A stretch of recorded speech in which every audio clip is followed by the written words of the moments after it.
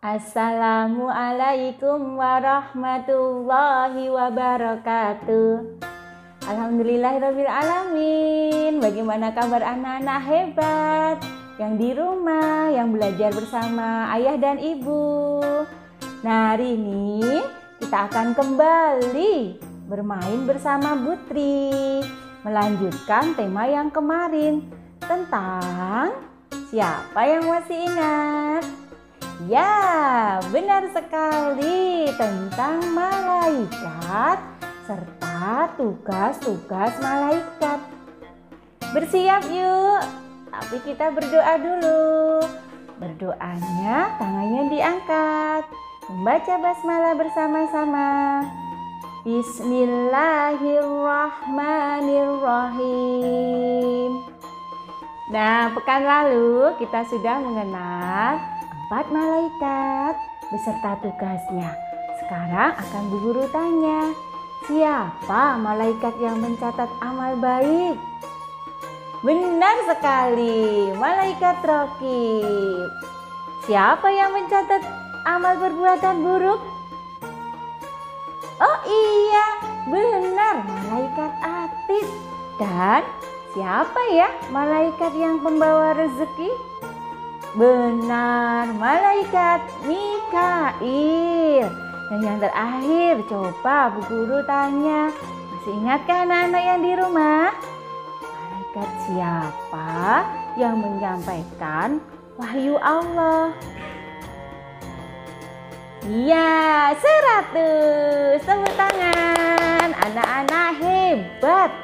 Malaikat Jibril yang sudah menyampaikan wahyu.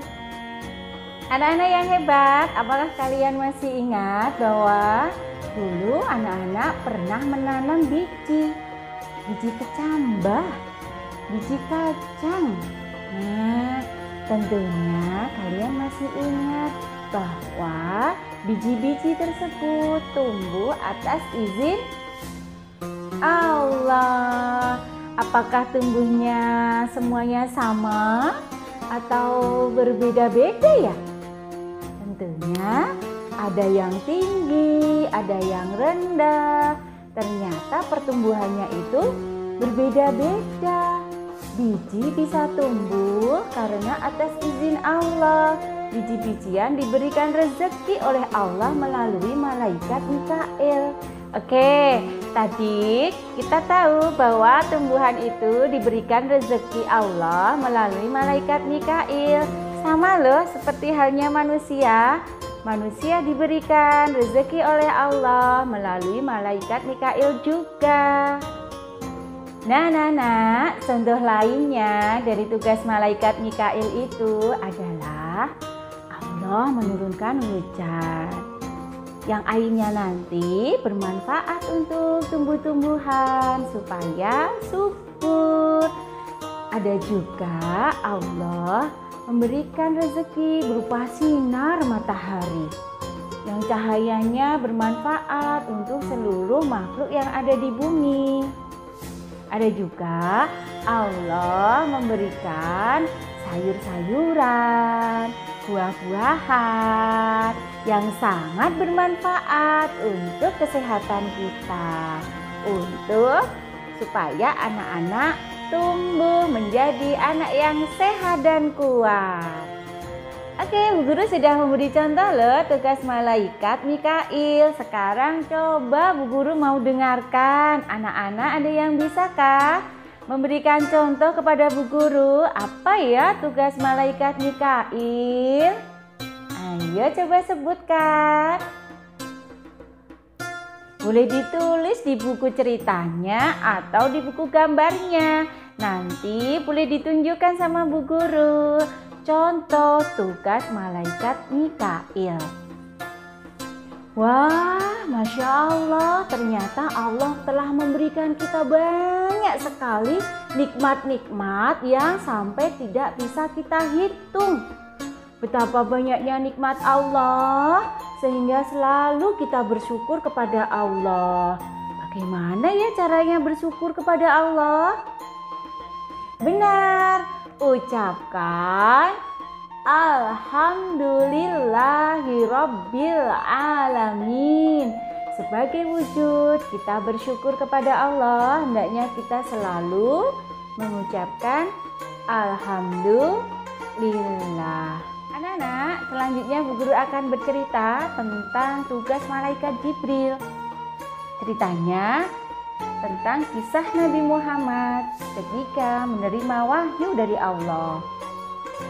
Ketika Nabi Muhammad masih muda, Nabi Muhammad sangat berperilaku santun, jujur, terpuji, dan dapat dipercaya. Tetapi waktu itu Nabi Muhammad sangat sedih sekali. Kenapa sedih ya? Ada yang tahu kenapa Nabi Muhammad sedih?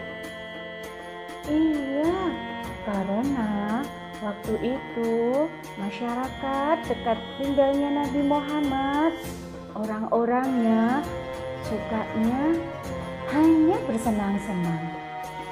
Sukanya meminta tolong sama patung-patung. Dan ada juga yang tidak mau bersedekah. Sehingga Nabi Muhammad sangat sedih. Kemudian Nabi Muhammad pergilah ke suatu tempat untuk berdoa kepada Allah. Tempat yang mana ya? Anak-anak, saat Nabi Muhammad berumur 40 tahun, Nabi Muhammad pergilah ke Gua Hira. Nah, di sini. Di Gua Hira, Nabi Muhammad merenung. Nabi Muhammad berpikir, bagaimana ya caranya supaya orang-orang yang tadi menyembah patung akhirnya menyembah kepada Allah. Yang tadinya sukanya bersenang-senang, bernyanyi-nyanyi, tidak mau sholat, tidak mau sedekah, bisa nurut pada perintah Allah. Nabi Muhammad selalu berpikir supaya masyarakat di Makkah menjadi orang-orang yang sholih, yang taat kepada Allah, yang mau menyembah Allah. Tiba-tiba datanglah seorang laki-laki yang tidak dikenal oleh Nabi Muhammad. Laki-laki tadi memeluk erat Nabi Muhammad. Dipeluknya Nabi Muhammad dengan sangat erat dan meminta Nabi Muhammad, "Hai Muhammad, bacalah." Kemudian Nabi Muhammad berkata, "Aku tidak bisa membaca. Aku tidak bisa membaca." Kemudian laki-laki itu melepaskan pelukannya. Tetapi tidak lama kemudian Nabi Muhammad dipeluk lagi dan diminta, "Hai Muhammad, bacalah." "Hai Muhammad, bacalah." Nabi Muhammad menjawab, "Aku tidak bisa membaca. Aku tidak bisa membaca." Hal itu dilakukan berkali-kali. Dan Muhammad pun menjawab, "Aku tidak bisa membaca. Aku tidak bisa membaca." Kejadian itu diulang-ulang beberapa kali. Akhirnya laki-laki tadi mengajarkan kepada Nabi Muhammad wahyu dari Allah yang pertama kali diturunkan, yaitu surat Al-Alaq ayat 1 sampai ayat ke-5. Diajari Nabi Muhammad oleh laki-laki tersebut sampai akhirnya Nabi Muhammad bisa dan mampu menghafalnya. Anak-anak, apakah kalian tahu siapakah sebenarnya laki-laki tersebut? Nah, benar. Laki-laki tersebut sebenarnya adalah malaikat Jibril yang sama Allah diutus untuk menyampaikan wahyu kepada Rasulullah.